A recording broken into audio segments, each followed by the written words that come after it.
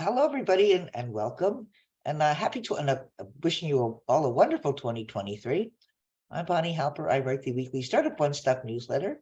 And every 2 weeks, I work with entrepreneurs and with investors. And every 2 weeks, we host an online breakfast with one investor and a small self-selecting group of entrepreneurs so that everyone has a chance to introduce themselves and ask questions and get their questions answered. And you can answer those questions. I know you can, Michael. I know you can. And I want to thank Joseph for co-hosting with me. Joseph, you want to introduce yourself? Yep. Happy New Year, everyone. Joseph Katz. Best way to describe what I do, I'm a startup marketing guy. I've been helping early stage companies go from unknown to well-known, and happy to dig in with anyone's business that needs some marketing help. Just reach out to me afterwards.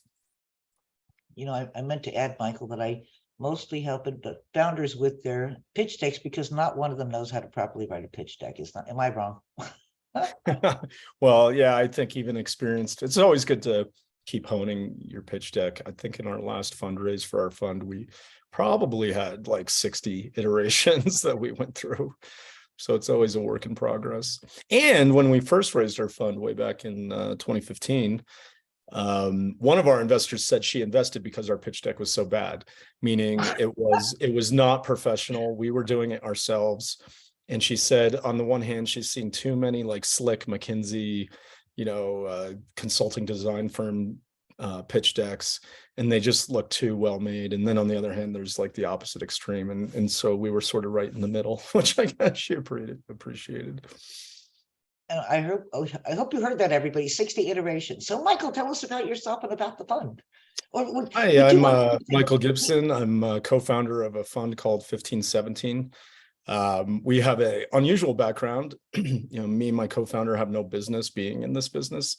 I'm a dropout philosophy professor. I was on my way to getting my doctorate, and I dropped out, became a journalist for a short time, and then got swept up into Silicon Valley in 2010. My co-founder, Danielle Strackman, she's the founder of a charter school in San Diego called the Innovations Academy. She serves on its board, and she was the principal of the school. And we sort of just fell into Peter Thiel's orbit in 2010.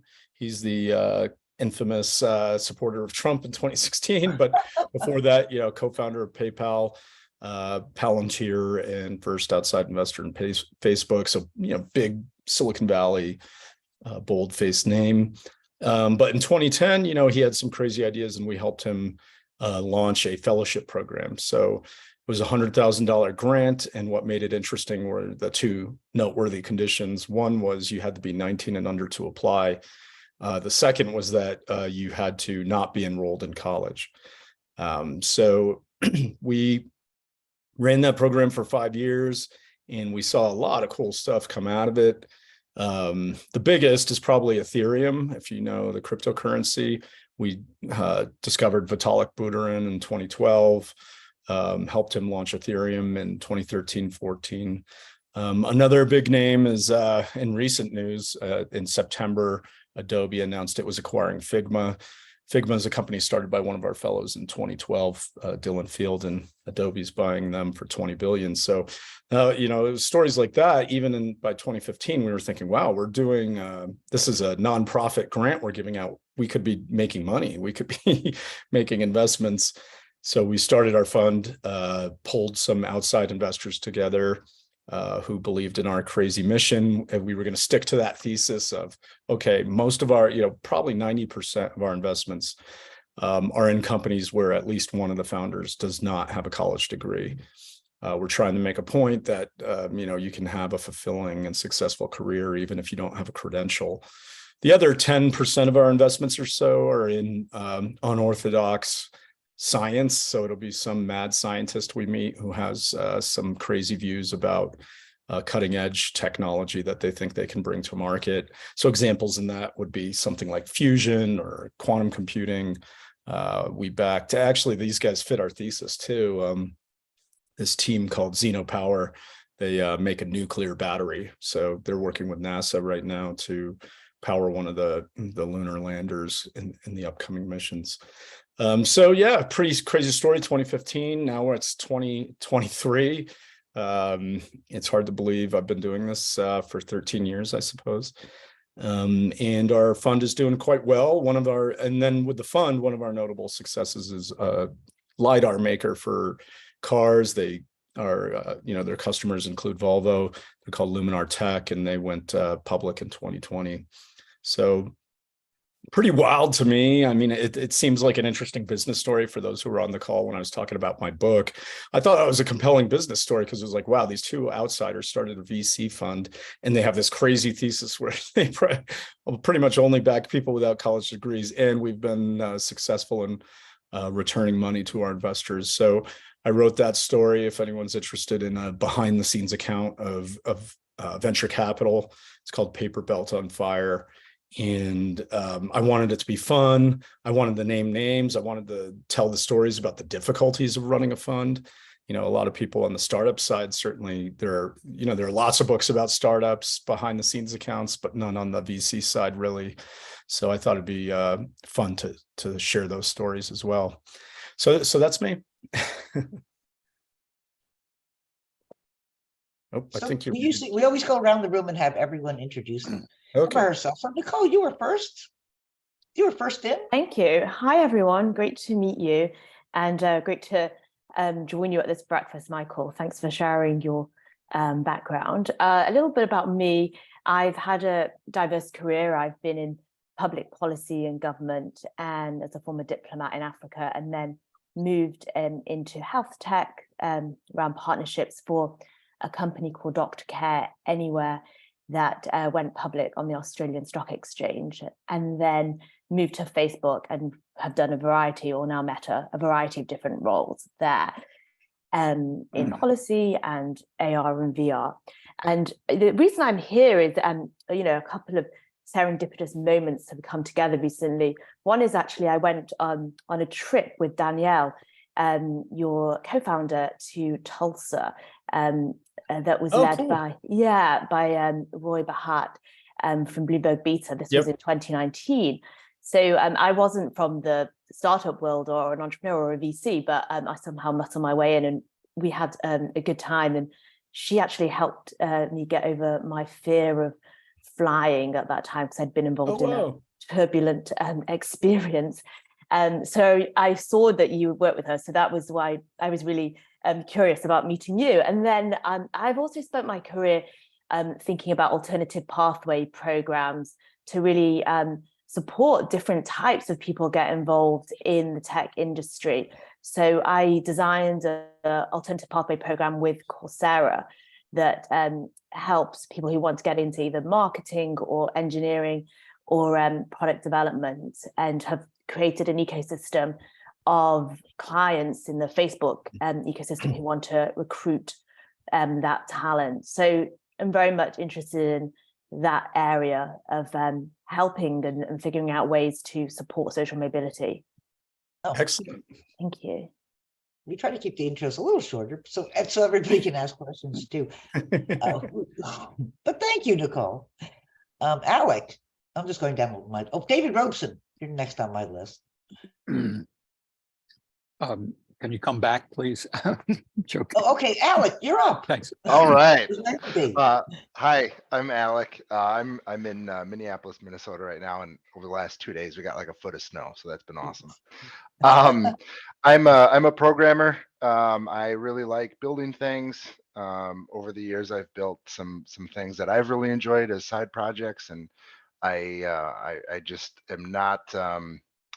My natural skill set is not marketing those and making them into businesses that people like, and that's what I'm here for, is to learn more about that side of things.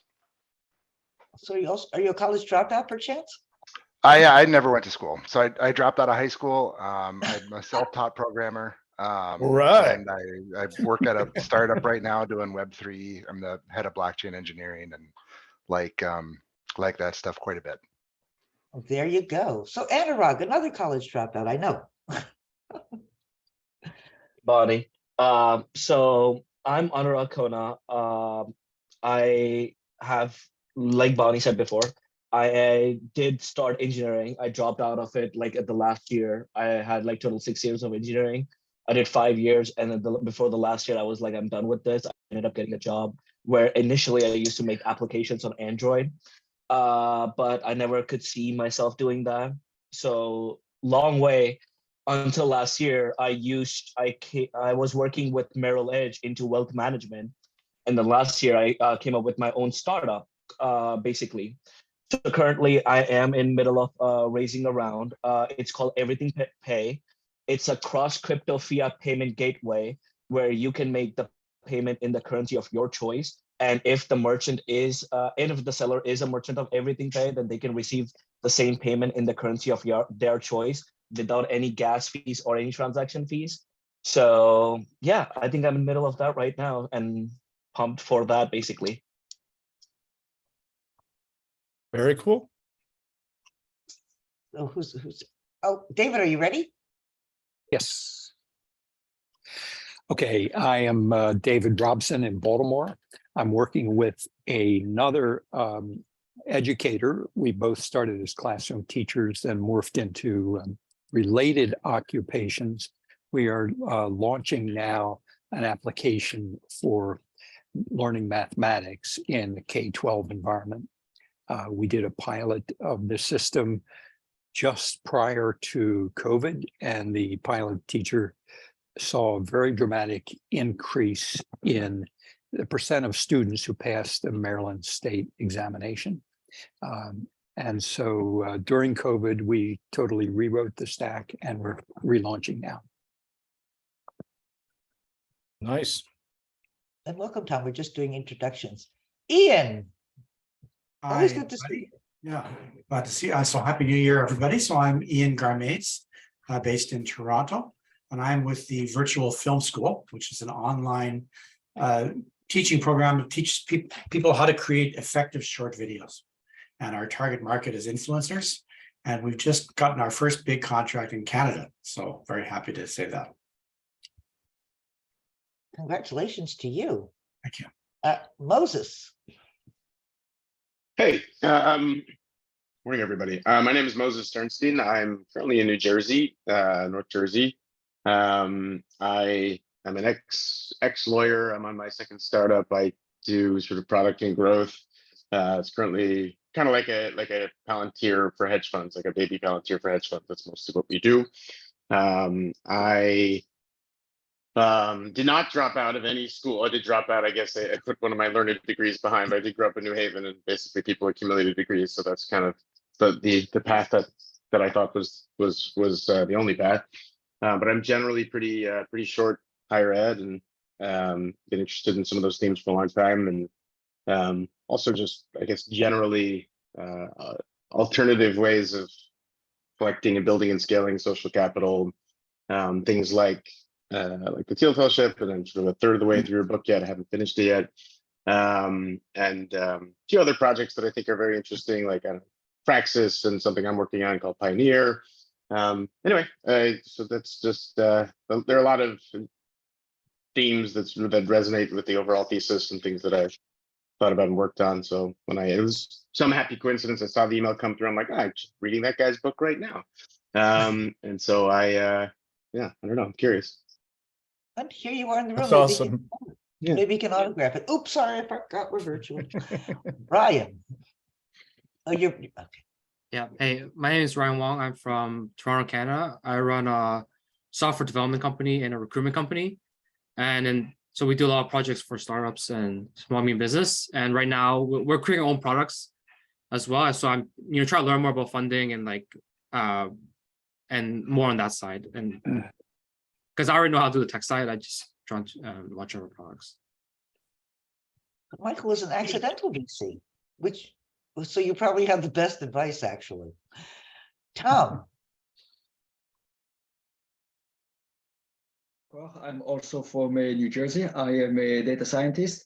After doing academic research, I started a company. It was acquired last year. Now I am leading a data science operations in our parent company, and I am interested in learning about the product and business side, how to launch an initiative and finding product market fit. That's always a stumbling block. So any advice, Michael? That sounds like like something you should address or could address. On that specifically, or you mean for the whole group? No, for the whole group. Or if Tom has a specific question. Yeah. I think that I can refine my questions, and perhaps it will resonate with like other like entrepreneurs' experience. Is that when we build something, especially on the tech side, we want to build something that looks good before we show it to a customer, and we typically work alone, and that could make us like walk like without any feedback for too long of a time, right? I spent like a month building something. On the other hand, if we just come with an idea or like unfinished product, then our like prospective like test customers might reject it just because it's not good enough. Right. Reid Hoffman, who founder of LinkedIn and investor at Greylock, he has this principle. He says, if you're not embarrassed by your first product release, you've waited too long. And I think that's true, is that the bias is to keep your baby close and keep refining it. But you need that valuable customer feedback. So I just encourage you to get it out into the world. If it's a consumer facing product, especially, don't worry about that. It's like your standards should be even lower. On the enterprise side, okay, maybe that's a little different because those meetings, depending on the size of the customer, could be tough to set those meetings up. So I would try to rank the prospective customers in a way where make some kind of evaluation where you, based on their personality of the people you're dealing with, and maybe like the size of the contract or pilot, try to get a sense of, if they'll have the, flexibility to work with you on the product. Those, I'm a big fan of the pilot on the enterprise side. I think people are willing to try something out for some period of time. Sometimes that's for free. So even better if you can charge a little bit, maybe not the full price. And in return, you'll tell them, look, we're going to be working on this product nonstop. So whatever hitches and hiccups you find or what you want us to do more of, let us know. And there are a lot of people out there who have helped our companies for sure. And then even a smaller number, but devoted customers have become investors sometimes because they come to like the product so much. So I think you got to sort of wade your way into the water by evaluating the customer you're working with on the enterprise side, and then experiment. But the bias should really be to get it out there as fast as you can. Don't really worry about like the rounded corners and little design details. Just make sure the main value prop works, and you want to validate that as fast as possible. Makes sense. Thanks. Next question. Anybody have a question? Well, one last point on that too is like, so we're pre-seed investors. We are often the first money into the company. Sometimes there are angel investors or accelerators that might have invested, but when we invest, typically it's 2-3 people. And, if it's an enterprise product, it's great to see that they already have a few pilot customers. If it's a consumer facing product, that's tougher to evaluate. But in any case, what we're looking for is not necessarily like a large number of users, just that the few that we talk to qualitatively absolutely love the product and say it solves a problem or it's something that they need. And so when we talk to those pilot customers, they will say, oh, the product is a little rough, but man, I love this central feature, it's just so good. When we make our evaluations, our checks are typically $400K, and the 3 main elements we or frames we look through in order to think about our investment is the first one is the team. The next one is like, how big is the market opportunity? And then the third one is the current state of the product. And in terms of ranking those and their importance, number 3 is the least important at that time, the current state of the product. Number 1 is the team. We want to know the team, is their character, what they're capable of, all that, do they have the emotional, social intelligence to work with investors and hire people?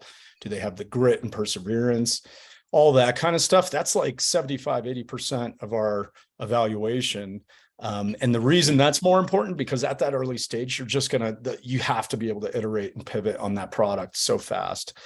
And so the current state of the product is going to change over time. So yeah, the team is way more important in our evaluation than let's say the product doesn't look so hot. So since your first money in, I'm assuming that you lead rounds. Yep. Yeah. Yep.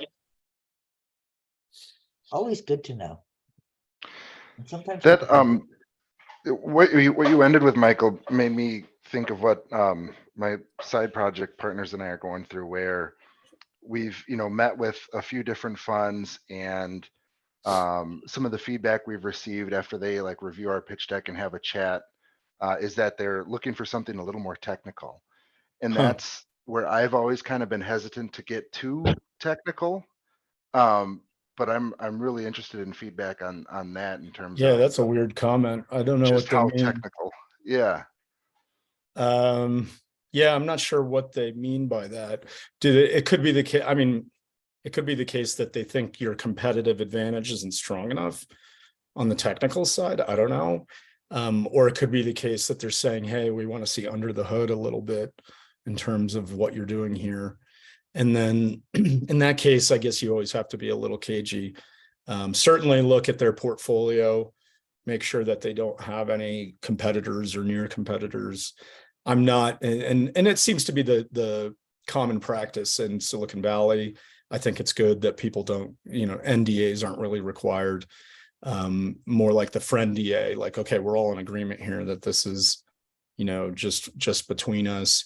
But, nevertheless, don't like send the documentation over email.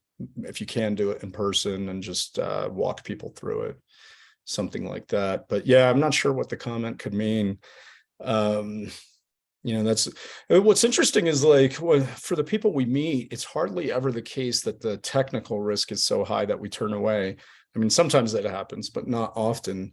Where we pass most frequently is probably, I mean, maybe the team, I guess that could be it, just doesn't seem to resonate with us. But that second element of, maybe you've heard the term venture scalability, which is this annoying term that, in our business is like on the VC side, we make a series of investments to create a portfolio. And that portfolio is like, it's so hard to build a startup. I mean, starting something is just incredibly difficult. So my hats go off to all the courageous founders out there. And in our portfolio, let's say we invest in 20 companies, maybe 17 are going to, shut down or like barely make any money at all. Another 2 might do pretty well. And then our hope is just one returns all the money to our fund. But not just like, so if in our first fund, we had a $20 million fund. And at our, let's say we invested and owned 5% of the company, we'd face dilution, but let's leave that aside. If we own 5% of the company and we had a $20 million fund and only one of our companies returns money to us, that means that company has to be worth more than 400 million in market cap. But even if we do that, we're out of a job, because as an asset class, venture capital is extremely risky. So those investors who invest in us, they have an option to invest in public market stocks, bonds, currencies, who knows, all these other types of things they can invest in. Why invest in VC?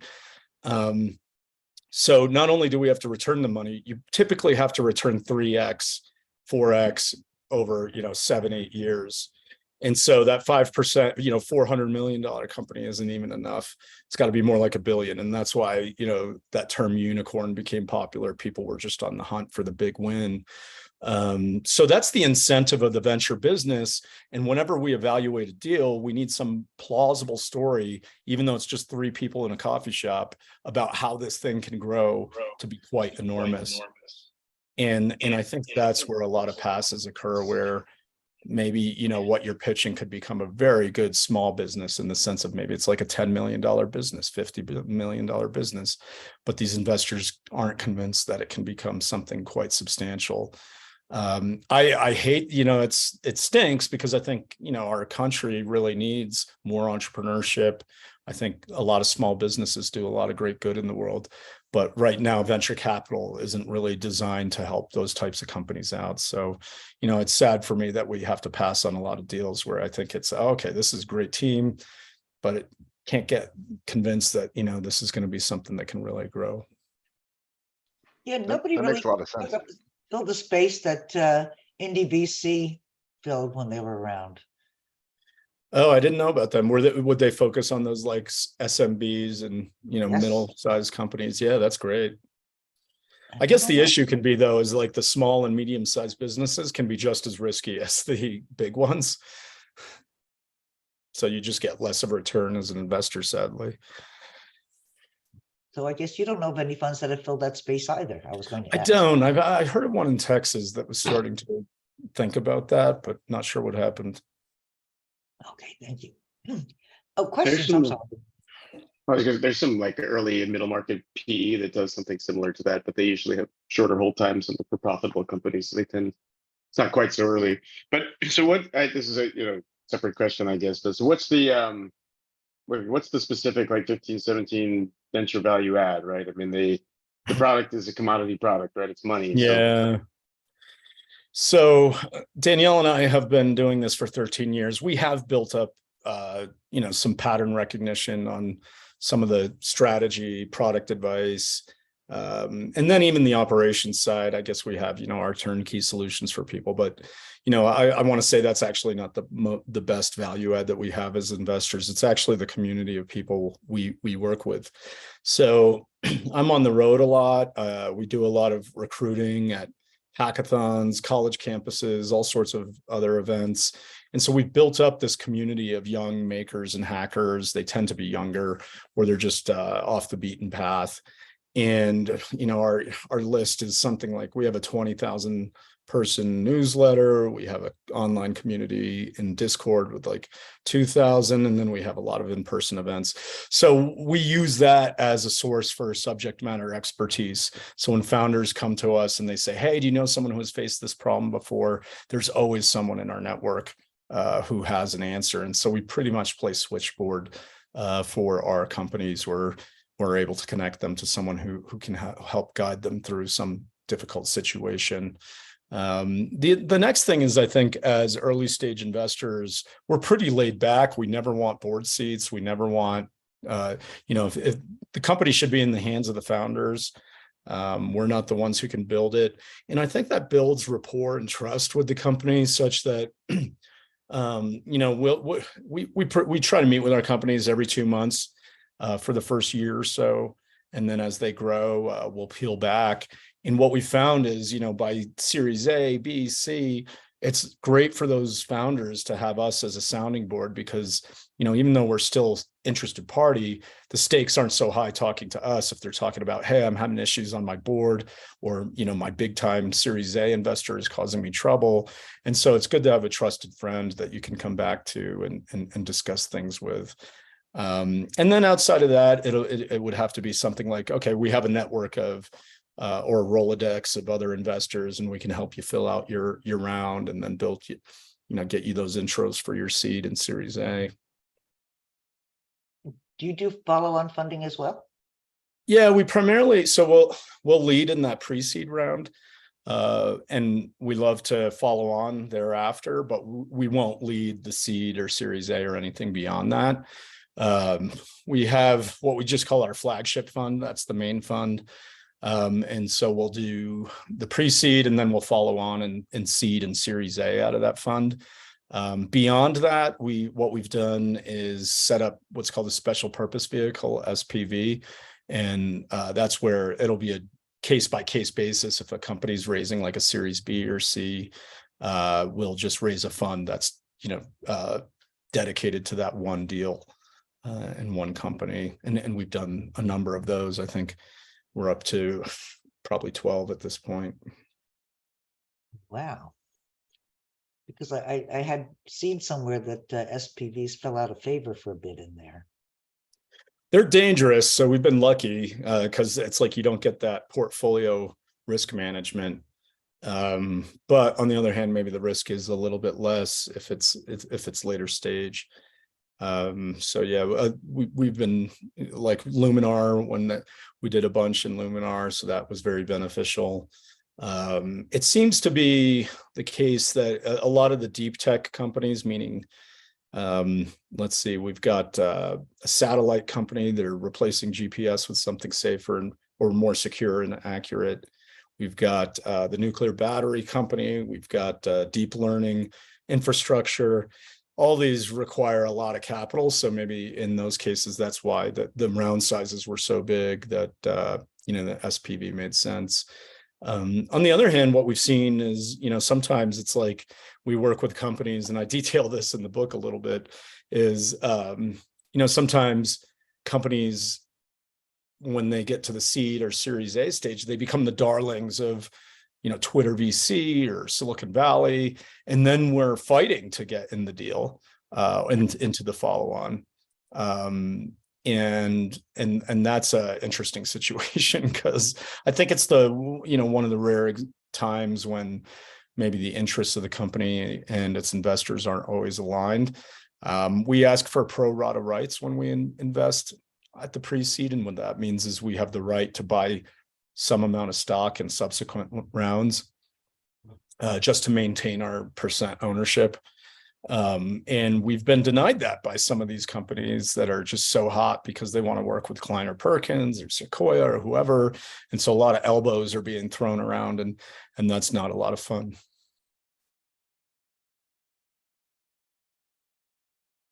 there any kind of business you won't touch? We say we wouldn't, anything that relies too heavily on a sin to be successful, and that tends to be lust or greed, like gambling. We do stay away from ad tech. We're not really in that sort of game, but can't think of anything else where we've said no to we'll hear a pitch, we have to be convinced, but yeah, if we're not proud of having that logo, let's say, on our website, that's a pretty good sign we probably shouldn't work with people.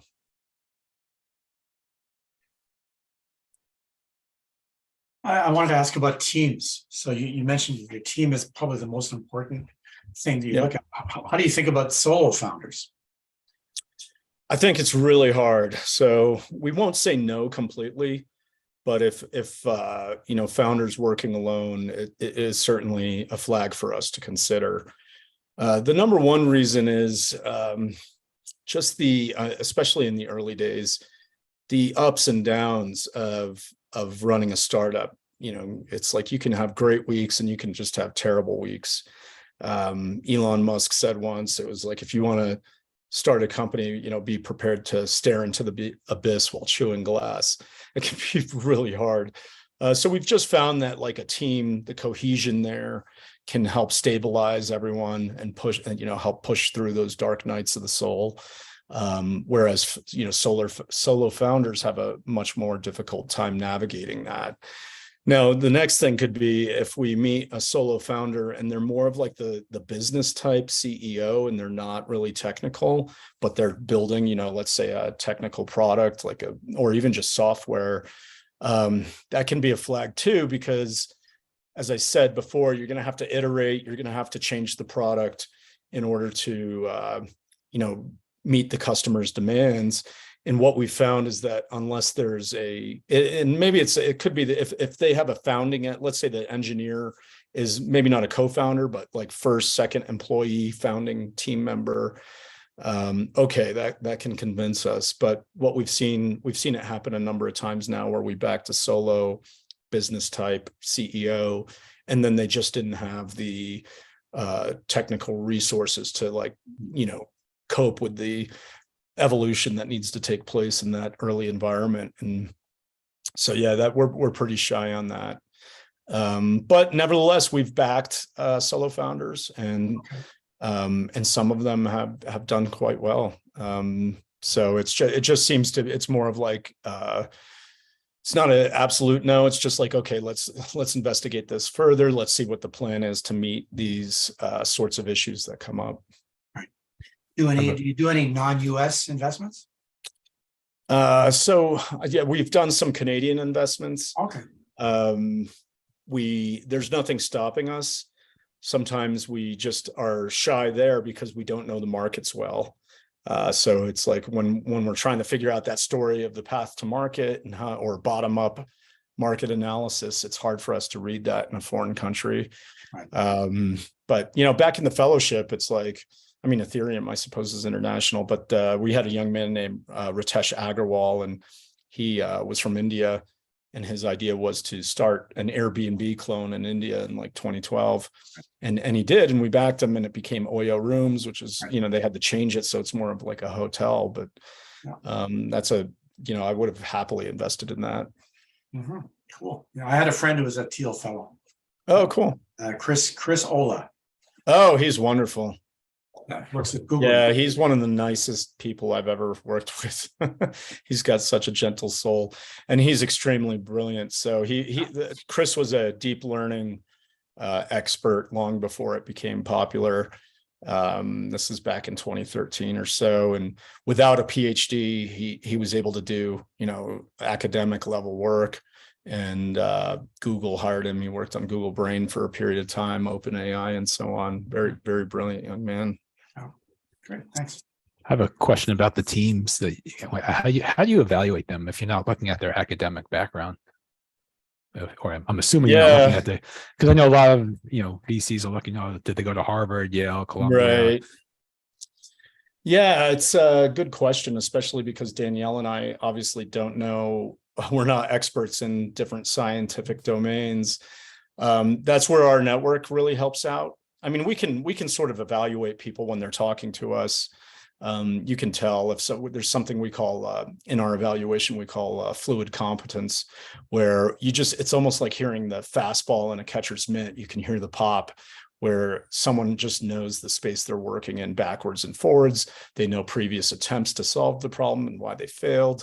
They know the competition. They're going through it backward. You're like blown away, especially for me, because oftentimes it could be someone who's 22 and they're talking to me about quantum computing, and it's like, oh my God, you sound like you're 38 and a veteran. But that's not decisive, because we still have to do our technical diligence. So in that respect, we'll draw on our network that we've built out. Usually we can find someone who can give it a sniff test.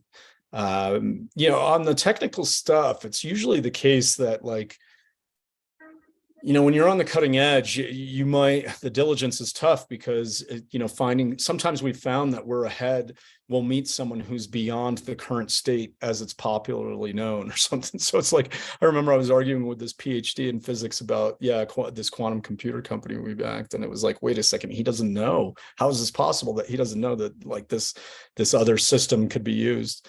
So that was interesting, but for the most part, it's like, as long as we get a pass, like, okay, they're not fraudulent and crazy. There's still a lot of challenges they have to overcome.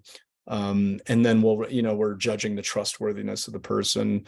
I don't like Shark Tank scenarios. I never want to be in a situation where I've never met someone before and they're pitching me and I have, a day to decide on whether or not to invest.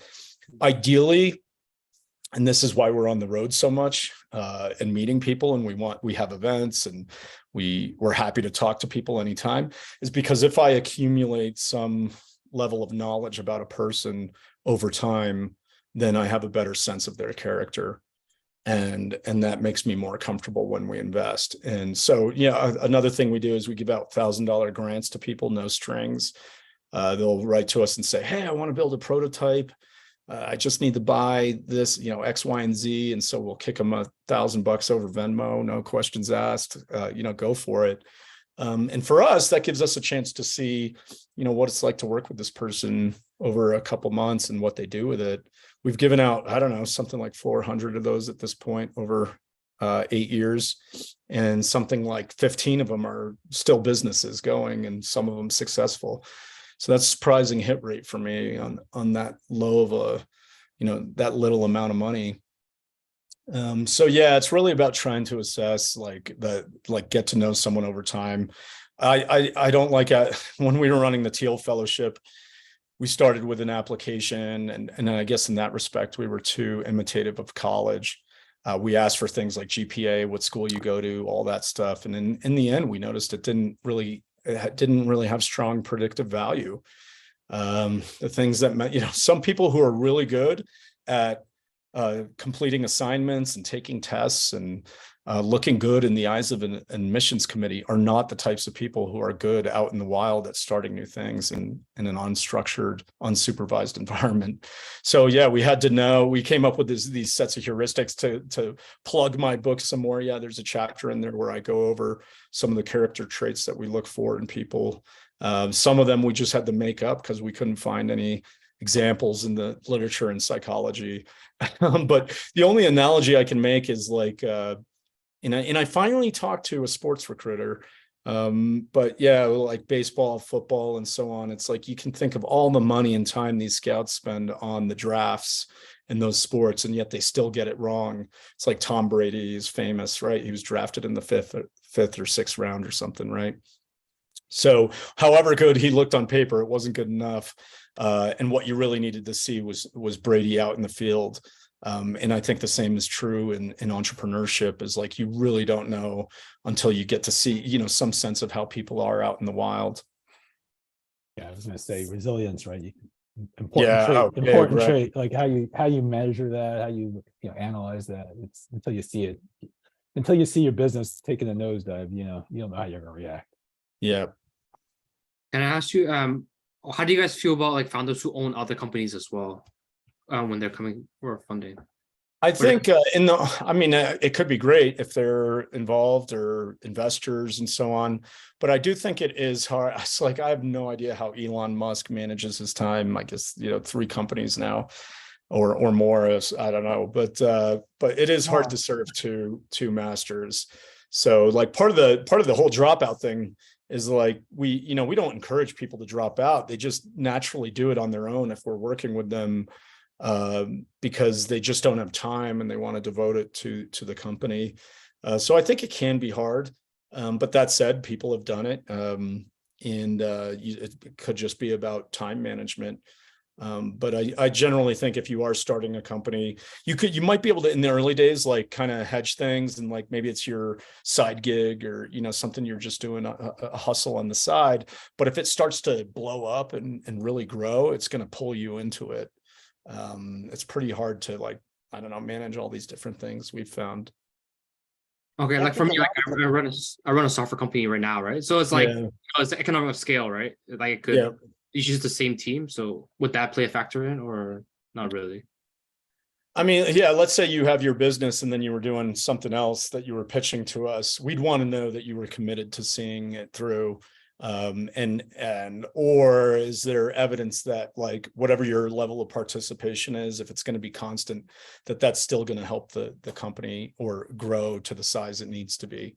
In general, I think that's really hard just because, the commitment and the difficulty of pulling off a venture scalable startup is so high that I think it generally does require your whole soul, but that's just my bias.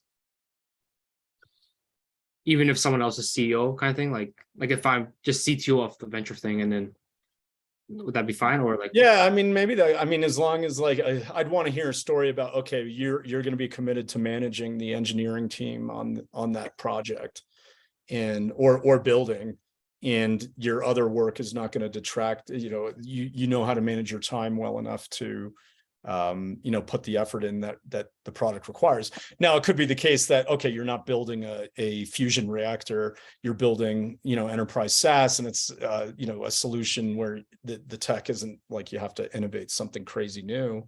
Maybe that's a plausible story there where it's like, okay, once we build this out, we can do iterations, but a lot of the hard work will be done. Okay. I was going to say, I think Elon must be up to like 5 companies or now, because people forget about the boring company and the battery company. No, you're right. Oh my God, right. Yeah. Jeez. I was going to ask about those the little $1,000 grants that you give out. How many of them have you brought into the fund? Have you brought some of those into the fund? Yeah, I of the 15, I want to say like 13 or so, or 14 maybe are companies in the fund now. Some of them are, a couple have been acquired, and then some of them are at like Series B or C, 1 or 2 of them. So that's pretty impressive to me. What I love most about that is it's often the case, and like with some VCs, especially later stage, even at seed, the company would exist even if the investors didn't do anything. But in our case, it's almost like we're part of that origin story. Like in the case of the grants, I think it's clearest where it's like we've met people and they have this idea and they would not have worked on it if, had 2 Silicon Valley people not encouraged them to do it. We've been in, far-flung places in the middle of nowhere. Tulsa, Champaign, Illinois, or, and we give one of these 1K grants as a surprise because people don't know we do it. And they're just they're overwhelmed, like, oh my God, this is amazing, I should do this. Oh, and then we've seen that turn into a company. So that's exciting for me. In the cases, sometimes most often people just build something and it's for fun. And then it's the case that then we know them, and then a year later they do something else, and then we're happy to work with them. So that's happened a lot as well. And then if nothing comes of it, well, it was just fun. It's like a hackathon. They got to build something and learn a thing or two. And I think it's a easy loss leader for us compared to other ways of squandering money. That sounds like a great litmus test. Yeah. I have a question. Go ahead. Oh, thank you. In terms of the book, Paper on Fire, what are you doing in terms of the promotion of it? Because I think the central idea is that in post-war USA, we've really held up this ideal of going to college as being the maker of what people can then go on to do, and it's such a strong signal. So I'm just interested in sort of what the dissemination strategy is, and your interest in promoting different ways of starting businesses. Well, there are a lot of people who didn't want me to write the book, so I think, well, before we formally started the call, I was talking about my effort to get it published, and I was rejected by pretty much the first 20 publishers we reached out to. Those are like the top publishers in the US, Knopf, Simon Schuster, and so on, Penguin. And of the 20, I'd say 6 rejected the book because, to quote my favorite one, I mentioned I work for Peter Thiel. This one editor said, "Peter Thiel is an evil conspiracist, and anyone who works for him is evil." Okay, so I did not expect that reaction. Another 6 or 7 publishers rejected it because they said, "I went to Yale, I studied English literature, and my college degree is amazing, and I don't, agree with the message in this book." And then the remainder were pretty much like, "Hey, this isn't for us." So I've seen that resistance as the book is out in the world and so on. So it's like mainstream media has not reviewed the book. Maybe it's because I'm a first-time author and it's just tough to get attention, or it could be the case that they don't agree with the message of the book. So I've had to rely on grassroots, bottom up promotion. Certainly with our community, it was helpful to get it out there and tell everyone about it. And then I've just been, doing things like this, talking on podcasts and so on. And that's been great. You know, people who read the book, I think they're surprised because it's not, one of the pushbacks by publishers was they thought I should write like this policy argument book about higher ed. And instead I wanted to tell stories. They're like, why are you telling these stories? And I just thought it'd be more compelling to do that. It's just more fun to read. So I think for the people who read it, they actually enjoy it, which is kind of cool. You know, hopefully a few laughs in there. So that, you know, I'm just hoping word of mouth through that, in that sense, pushes it out there. But I have been surprised that, you know, some people just resist this notion. I think because college is this, in many people's eyes, like the last bastion of the American dream, that somehow this is the only way for people to, you know, rise from, you know, nowhere and become successful. And I just, you know, our mission is to show that's not true. It's not the case that everyone should drop out by any means, but it shouldn't be the only path. You know, I think there should be, and this goes not just for like, you know, brilliant tech founders, but also for people where I think right now we're in our society, it's like we have this colossal assembly line for some fake pre-professional degree. And I think a lot of people, and maybe even particular young men, where maybe they would do better in their lives if they just went straight into, let's say, contracting or, you know, becoming an electrician, some of the trades. So I hate how we denigrate the trades in our society. You know, so a lot of the pushback I get too is like, okay, you work with Vitalik Buterin, that's like working with an Olympian or the Navy SEALs. What about the average American? And, you know, in our work, we can't necessarily always directly address that, but I wish as a society we could address this larger argument that there should be an on-ramp to a fulfilling, rewarding career that doesn't require going into debt in the way that colleges force people to do, and maybe colleges even for people. So like I do hammer into some of the issues in higher ed in the book. You know, the biggest one to me is that, you know, there's this two ideas that economists have come up with about why the college degree seems to pay better than not having a college degree. And one of them, the classic story, is that you learn a set of skills in college and then those are rewarded in the labor market.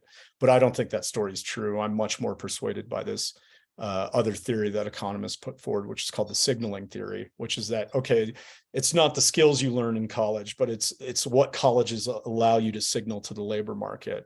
So, I mean, you know, the anecdotal evidence you can point to is hardly anyone, you know, finds a career doing something that they studied in college. You know, it's like, and it could be two things, like maybe you studied French and now you're working in venture capital and it bears no resemblance.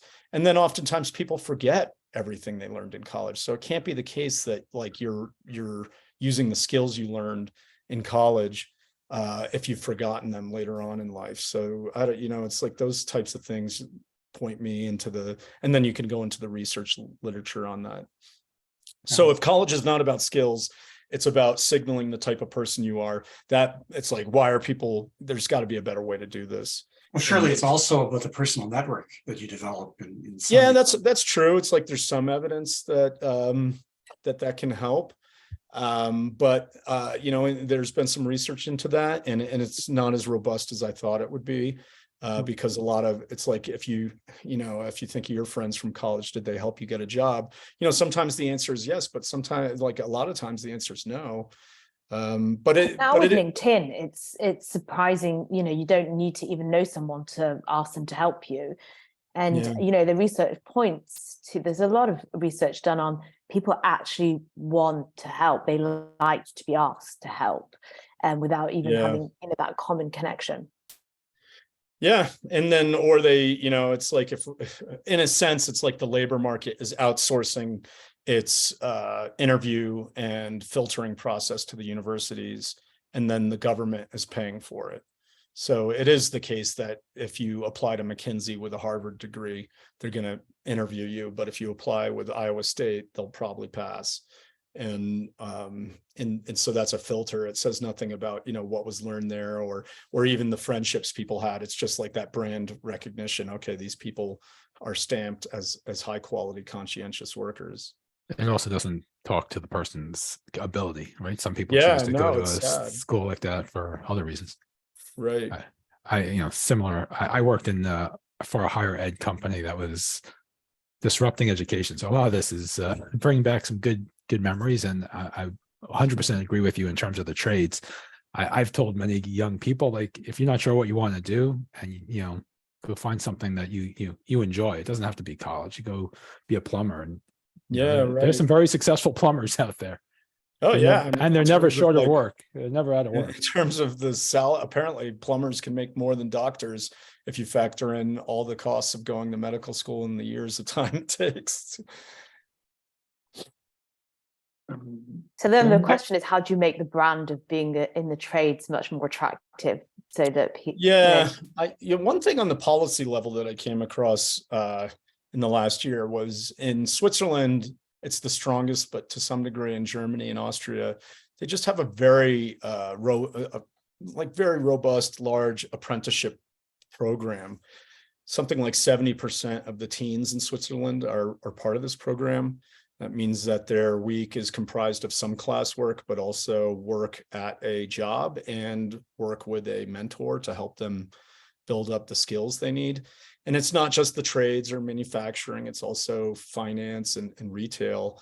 And so in Switzerland, what you don't have is this sort of underclass of people indebted to their college degree. They've been able to start their careers without one. Some of them do choose to go to college. It doesn't stop them from doing that.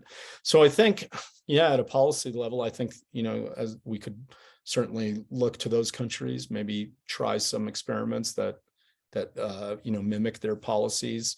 But then on the level of the trades, if it was just like, okay, how do we make this like more charismatic, cooler, or just like less of a stigma? I'm not quite sure, other than it would be great, culturally, from movies, TVs, and so on, shows, if it didn't, seem like these people were dunces, or less. Everything is just it's like smart cities, smartphones, everything is geared towards things being smart. Whatever happened to just like having integrity and being a good person?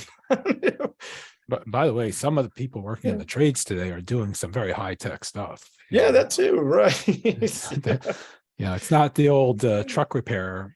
There's a lot more to that field nowadays. Yeah. We need like a real housewives of the trades, to show the high status lives that they can lead at the expense of doctors and academics. Right. Yeah. I actually had a question that was originally, I guess it's still directed at the VC stuff, but I guess it could apply to the book as well. Is like, how is your thinking evolved, to the extent that it's evolved? I don't know, over some time horizon, you can pick it, but I'm just sort of curious, like, originally on the VC side is sort of like, what did you set out thinking that you no longer think to be true? But I'm curious if there's any part of the book as well.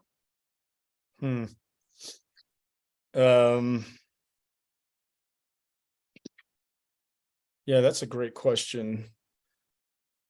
I think what I didn't understand too well was how the startup world relates to the macro, geopolitical situation in the world.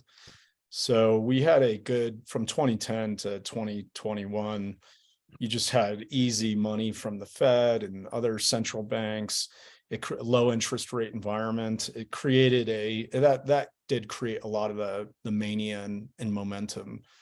And so it's been interesting for me to see how that connects to just even, company formation at the pre-seed level, and then helping our companies now. Like, this is probably going to be the most challenging year in my work to date, because we still see people starting companies and pre-seed companies being backed. What's going to be hard is those later stage investors are now making fewer investments and the valuations are coming down. So it's like, for companies that are already out there, I think the headwinds are going to be pretty strong, and the next year, 18 months could be pretty tough going. So, there are some companies where we know they have to raise a Series A in the next year, And I think it's going to be a tough environment to do that. And why that's the case is just because with the Fed raising rates, there's less capital sloshing around in global markets. And then even, and then in the sector of VC, there's just less money now. So it's going to be, I think there are going to be stories where, oh, that company could have worked, but they just couldn't get the money. And I think that presents a challenge for me as an investor. So that's surprising to me, is how much like global events can influence even small little startups. I'm not a Bitcoin maximalist completely, because I helped launch Ethereum way back, but it has been surprising to me as well, as like how much money was out there in the world. It was like every single asset class, even the most speculative shit crypto coin was rising in value because of all this speculation, and that was due to the easy money. And as soon as it started drying up, all that stuff started collapsing.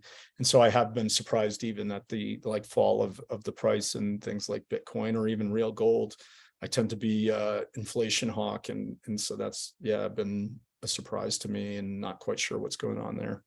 Yeah, also on the cryptos, I mean, a lot of the exchanges were functioning like mini feds because they were also issuing their own credit. So you've got cheap money coming, cheap real money, but also cheap crypto money, and it's compounded. Yeah.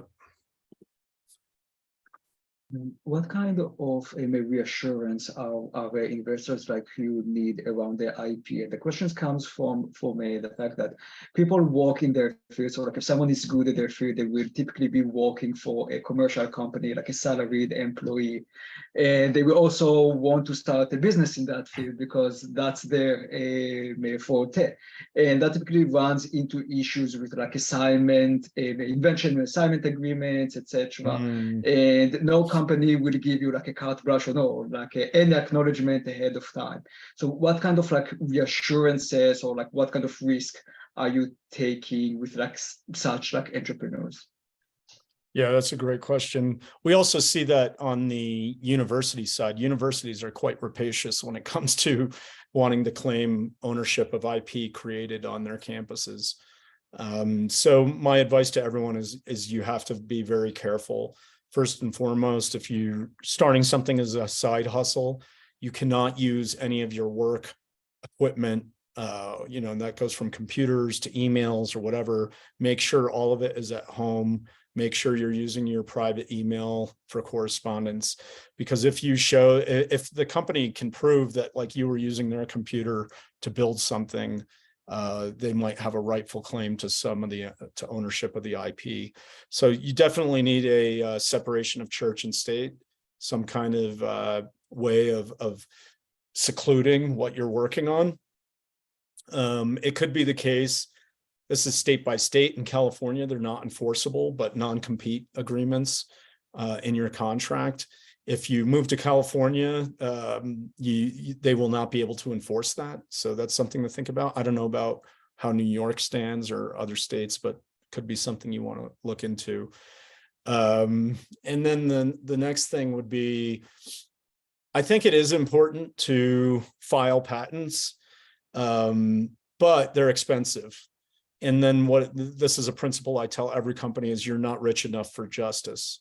So if someone steals your work in those early days, there's nothing you can do about it. Because if let's say you raise $300,000 and now someone has like copied your work and you sue them, the company's dead, because you're not going to, all the money you have would have to be devoted to trying to pursue that legal case.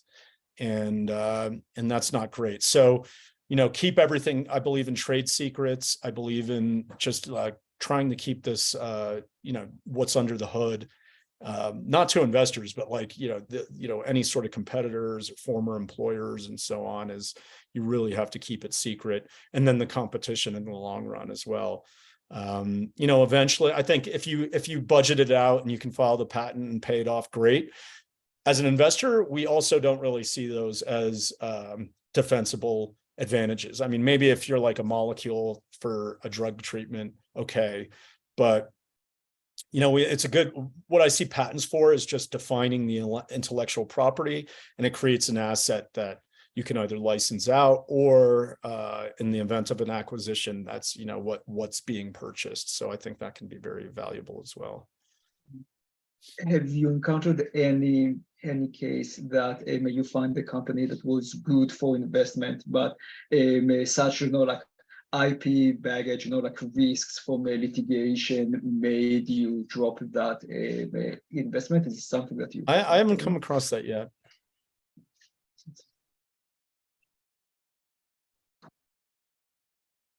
You know, I have a question. Your book title has has a very unusual title.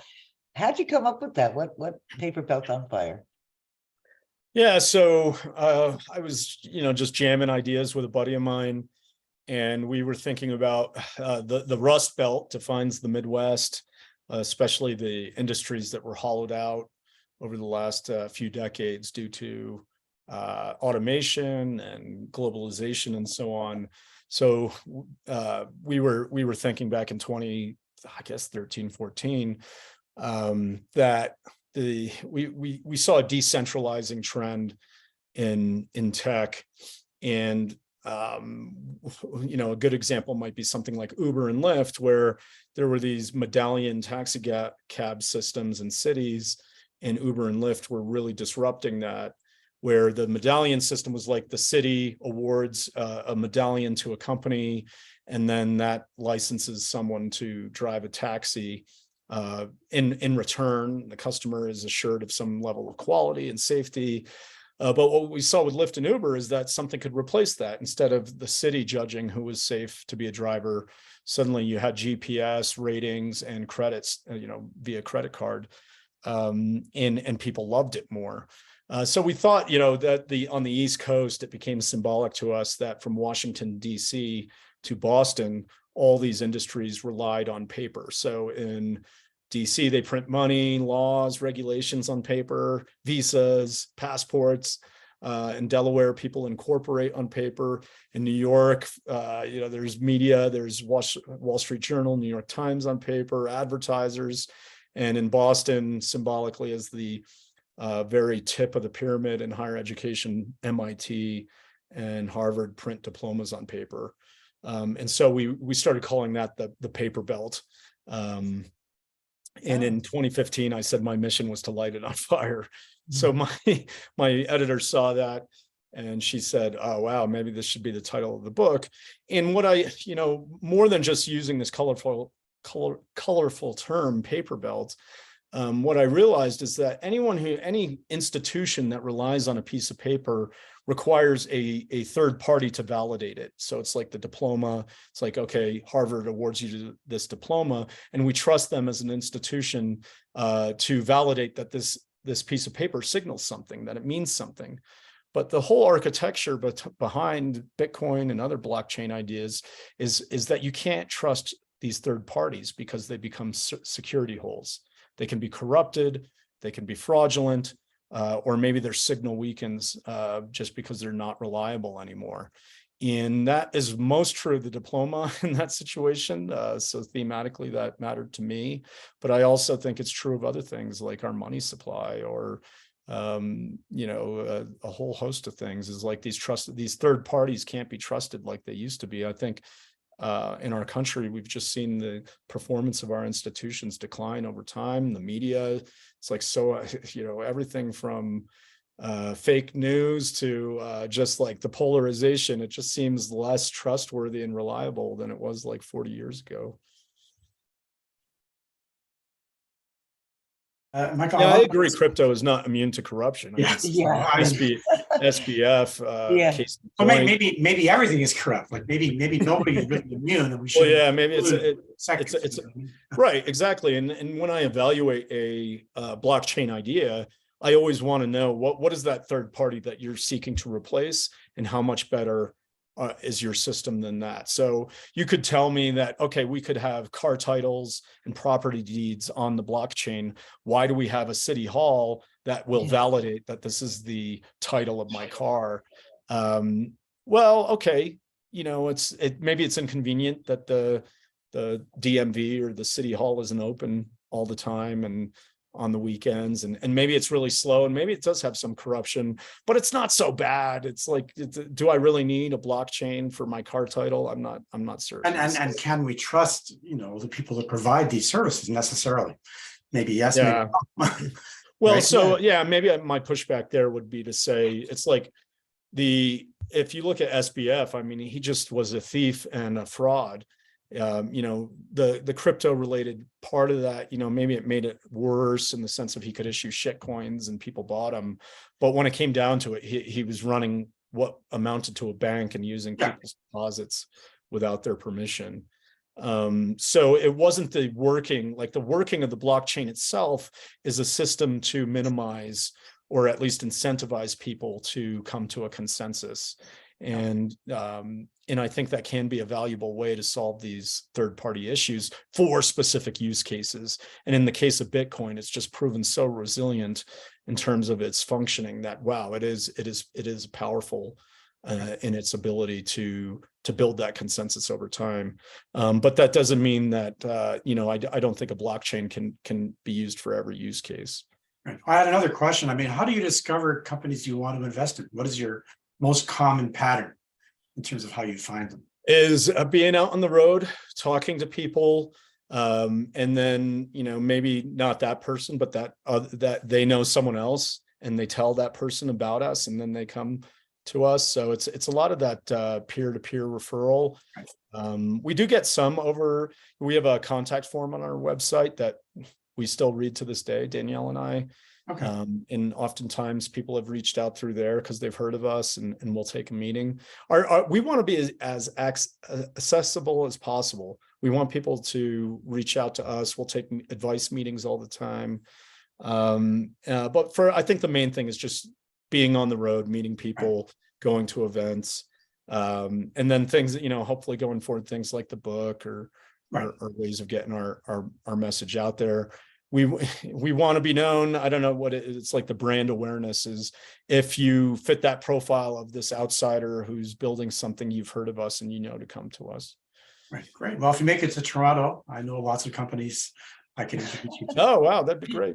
I'm up in Toronto a couple times every year, and especially in September, there's a big hackathon at the University of Waterloo we go to every year. Oh yeah. And, love spending a couple days in Toronto after that. Cool. So yeah, if any of you want to reach out to me, I'm Michael at 1517fund.com. If you want advice, or it sounds like some of you are working on things, I'm happy to take a look and offer my thoughts. And feel free to share that information, or just send our website if you know someone that they can fill out our contact form. Otherwise, I'm on social media, pretty easy to find. So, any more questions?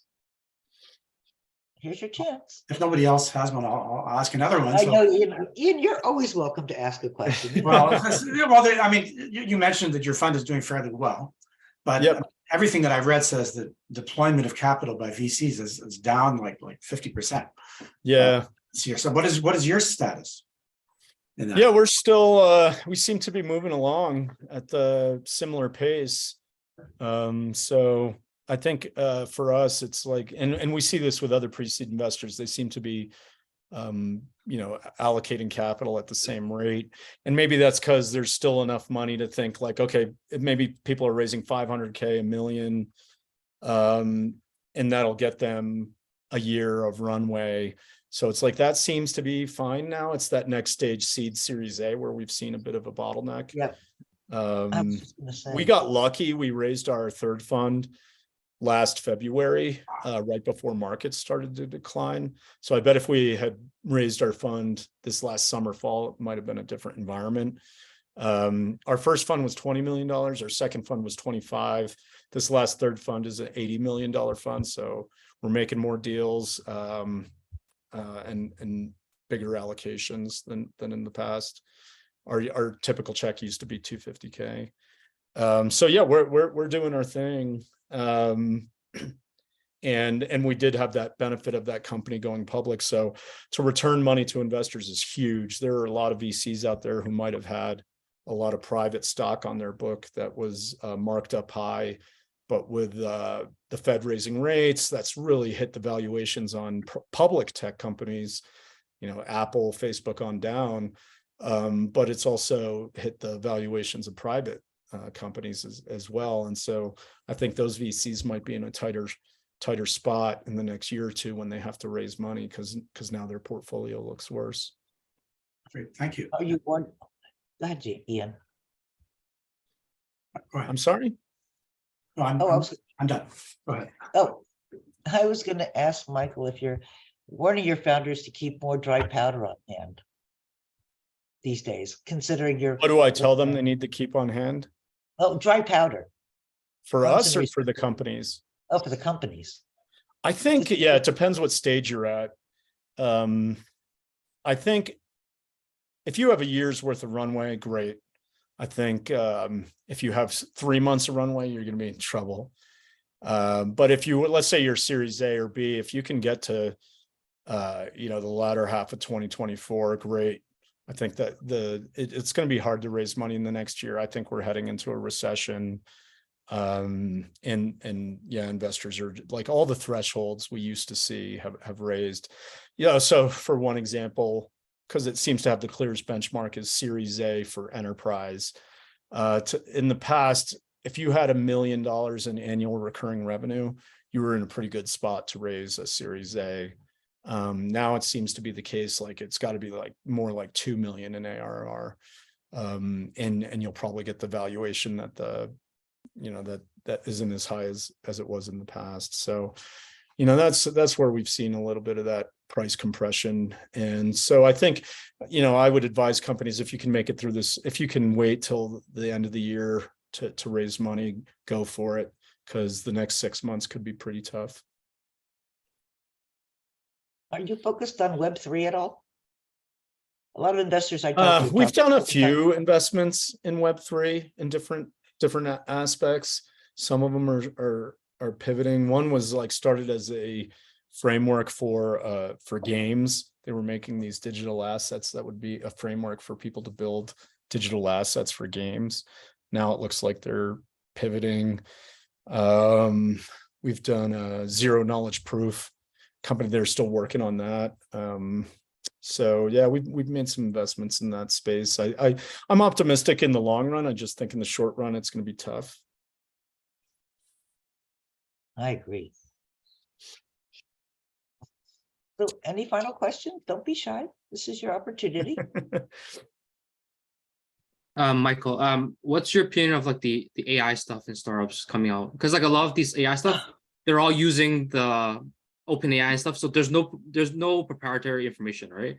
Like, yeah, so I think you just hit the nail on the head. I think the actual algorithms are going to become commodity. And then, so what you're going to need is this proprietary data set for those algorithms to train on. We have an investment we made in a company called DeepGram. They do transcription and speech recognition. And there's no way they could compete with Google, Apple, Siri, so on. But they never tried to. They focus on really specialized enterprise and businesses that have jargon. So doctors, lawyers, actually CIA, they need speech recognition and transcription, but all those professions use words that aren't commonly spoken. So they've collected a proprietary data set on those audio files and transcriptions and so on, where even though they're using the same models as some of the public firms out there, they've just trained on that private data set, and so their algorithms are the best at it. So I think that model will probably prove true. I'm not sure about the chat GPT stuff where maybe or generative AI in general. Maybe it's like it'll have to be like how creative people are with it in some fashion, not the fact that they're using it. Okay. Speaking of dropouts, I was just reading an article this morning. I can find it if you're interested, about how kids are high school students, college students are using ChatGPT to answer test questions, and they're all getting. Yeah. You saw that piece. Yeah, good luck. Yeah, I wonder how long it's going to take before when it's a test day, you're required to leave your cell phone in the front of the Yeah. room. Yeah, well, people are cheating on interview tests now as well. Like if they Yeah, well, compare- they're in some competitions. I don't know if you saw there's this chess player who was accused of cheating and stripped of his prizes. And they're not sure how he was cheating. I mean, people were speculating that maybe the computer was like he had a chip implanted in his finger or something. And so we can imagine the future of chess and poker where it's like people have to show up naked in the room in order to play. It's true. I don't know, as a writer, and we're going to find I work in Word, and you know how there's an AI that always suggests how you might want to end the sentence. In my case, 80 to 90% of the time, it's wrong. And I'm sure you found that. I think it's overstated how good the chat GPT-3 stuff is. I mean, the really good ones are cherry picked. There's a lot of bad examples of what it's generated.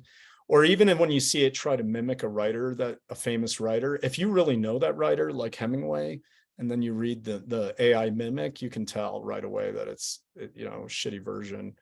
But it's very good at making version 1 of something, right? Yeah, right. It saves you a lot of time. Like if you're not a writer and you can get to like 90% there, and then you just edit it, it's way I agree. For a normal person. Like it probably can't compete with an expert, but it'll be wrong in very subtle ways that if you're not an expert, it's really easy to gloss over the points that it's wrong on, but an expert will pick it up right away.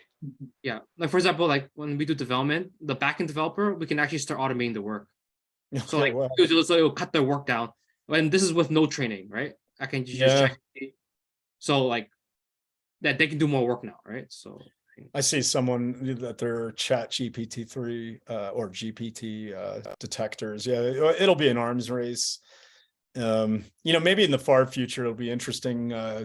It's like you imagine like love notes become popular again because, it's like your public writing can be mimicked and imitated. So how do you craft a private style that you choose to share only with one person that, and because you're writing it by hand, it has not been detected and imitated by some computer yet. Or maybe writers will have to become more innovative where whatever they did in the past, like the Beatles, they have to change for whatever they do next because the computer will just train on the old set and reproduce an imitation based on that. So you really have to take hard left and right turns on your style.